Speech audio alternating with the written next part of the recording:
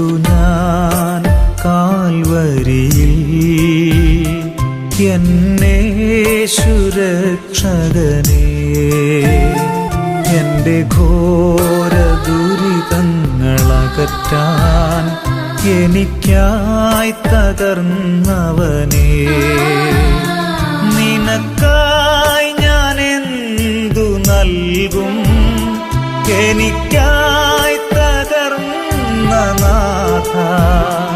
ഇഹത്തിൽ ഞാൻ വേല ചെയ്തു അണയും നിൻ സന്നിധിയിൽ.